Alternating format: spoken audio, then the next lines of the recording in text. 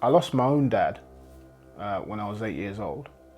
There were quite serious circumstances.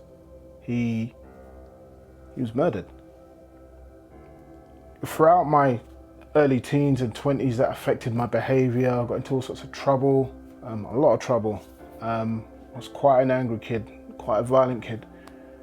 And, I didn't really sort of talk. My fists did more talking than my mouth.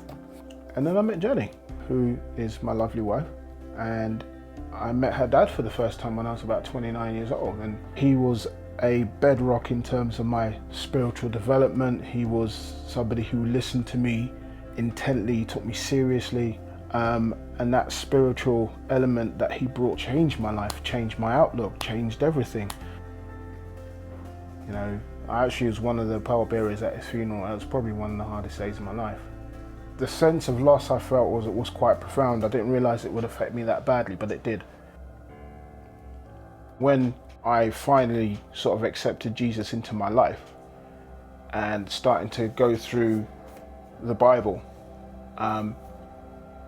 it was just mind blown by some of the truths in it, or some of the claims that were made, some of the things, the way God described himself. And I'm like, well, you did all that for me. Your son died for me. Didn't make any sense to me. Why would you die for me? You see the state of my life, And at the time, there was, alcohol, all the rest. It was all there. It was all the things that you could possibly do to run yourself off the road. But God came in and through his word, which was just massive, just started to I started to put stuff together.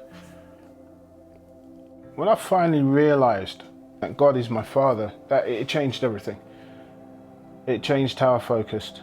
It changed how I saw situations, because I knew I wasn't alone. Sometimes in this world you go through things and you think you're on your own. You could be in a whole room full of people and feel like you're on your own, but you realize that God's your father. So at no point are you alone.